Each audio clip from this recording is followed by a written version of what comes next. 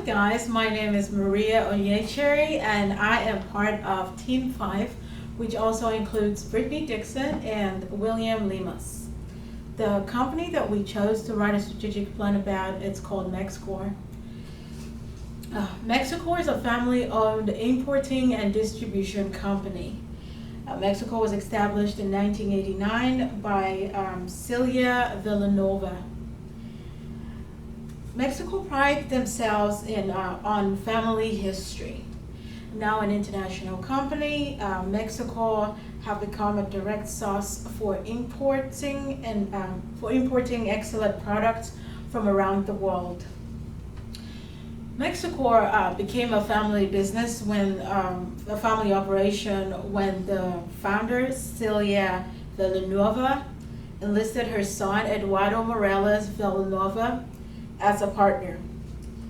And over the years, Eduardo has carved out his own field of expertise, of industry expertise, and has built Mexcor to what it is today, a leader in beverage, in alcohol beverage distribution.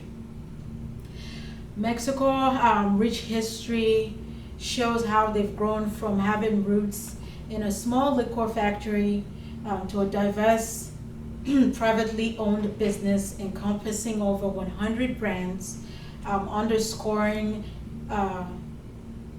the Villanova family history and their principal lead approach. Currently, Eduardo is the president of the company following his mother's exit from the company. Moving on to the environmental analysis. Mexcor is strategically located in Houston, Texas. The Port of Houston ranks first in foreign imports. It's also a prime location for importers and exporters.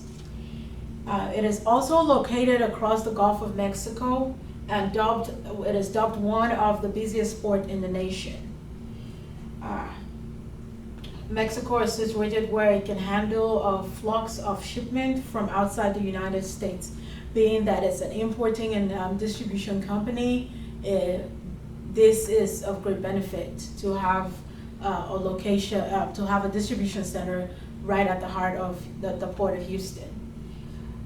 The southern population has continued to grow over time, which means high demand for products and benefits of being close to be able to handle that demand. It's the proximity to a number of major U.S. markets for Mexcor because they're able to, make sure they're able to make shipment go out as quick as possible as soon as it comes in. So this is one of the good thing about them being strategically located at the Port of Houston. Another thing would be that it allows for easy access to ships and readily available labor. Here's a map of the United States. I just want to show you here, to where they're located and how close to the Gulf it is. Houston is right here. We're in Texas. They're located in Houston. They also have a distribution center in California and Florida. As you can see, Houston, Texas, and Florida are right there, part of the Gulf region, which is a great benefit here for Mexcor. And population has continued to move into the southern part of the United States, which is where Mexcor is located, which means if they're distributing within that region, they're gonna need to be closer to where it's all happening. They also get a lot of shipments from Mexico. So being strategically located here put them at a great advantage.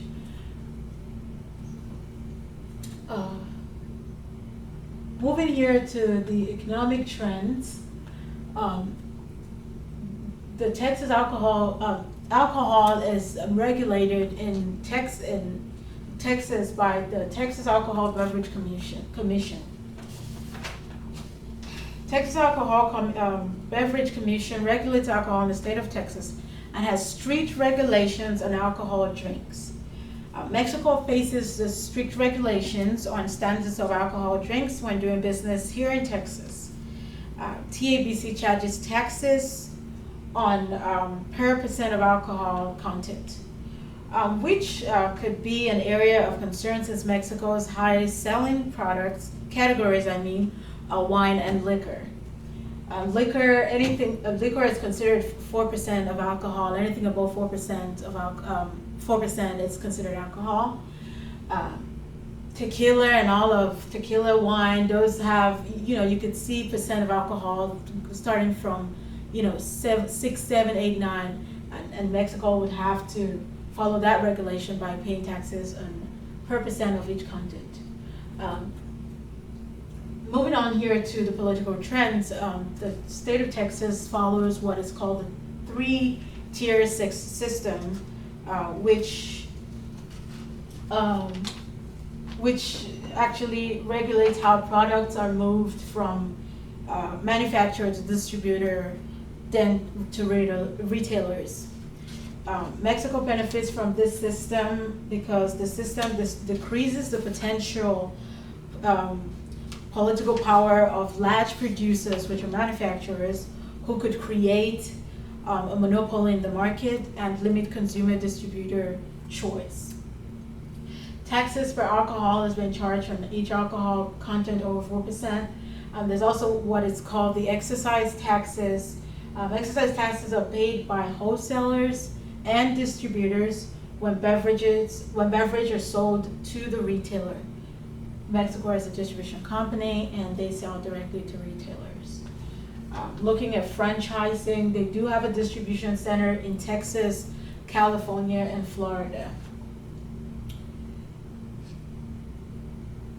The technological trends that we'll talk about here is the fact that Mexico, the fact that Mexico does not have an online store, that they only use catalogs to show the wide range of brands. Mexico believes in continuous improvements and are reaching new markets. For them to be able to, meet with demands for all of their products, they also need to be able to reach their customer in time. The website enables access. They do have a website, however, even if it does not allow you to place an order online or anything, what the website does is just, show you the range of products. It does serve the purpose, but it could be better, could do better than that. The website enables access on any mobile device, which makes it possible for customers to have resources on the go. So if you were to order, you can look through the brand, through the catalog and readily know what you want before you go ahead and place the order. With the trends right now, people want to be able to go online, and people are now going online, I would say, to place orders. There's high profit these days with online sales. So this is the new trend in technology here. Moving on, like we've already talked about the online sales, there's high profit in there, and today market requires you to be very, very present online. Moving on here to competition. Mexico has competitors. They include the Spex Family Partners Limited, Republic National Distributing Company, Glazers. These are all competitors that Mexico have to deal with. And the thing about the competitors are that they all have their own brands of spirit, which means they produce this and sell. Mexico relies on the relationship with vendors as a strength. They have, over the years, like I previously said, developed good relationship with suppliers to where they can have a wide range of products. They can customize this product as well to fit Mexico. And they also have access to tons and tons of brands.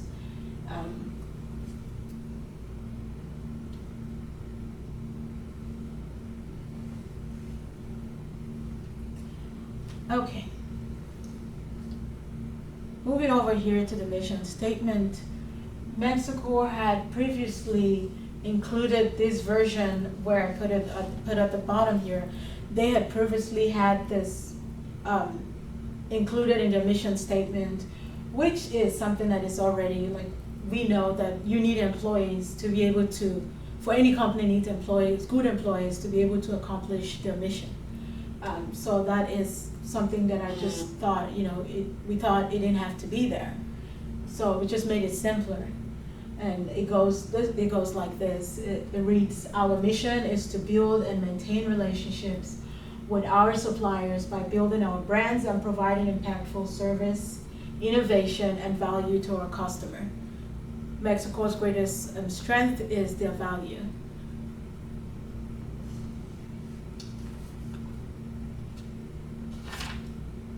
So here, we're moving on to appraisal of results and recycling of the planning process. The objective of this process is to identify the planning processes that have value to the company, and then use those processes that we've identified to implement future processes. In its 50 years of business, Mexicor has maintained its promise in providing its customer with quality products by promoting the best product across all categories. In its bid to remain the leader in alcohol beverage distribution, Mexicor will continue to integrate and recycle new processes that has yield good profit margin. The profit Mexicor makes each year will enable them to undertake new ventures.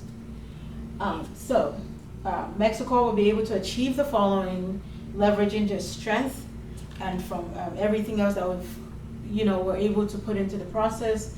Mexicor is going to be able to use all of that to expand into new markets, invest in a strong portfolio of brands across categories and price points, maintain a good supply chain structure, going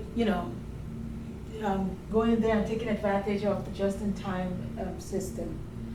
Then develop an employee training program, continue to maintain excellent supply relationships, existing employee retention, and new growth. These are all the benefits that Mexicor has enjoyed following the new processes that they have used. The appraisal shows improvement occurred through integration of new processes, which will improve Mexicor's finances and close gaps internally and externally. Mexicor will recycle these processes and use continuous improvements measures activities for each subsequent year. And that concludes our presentation.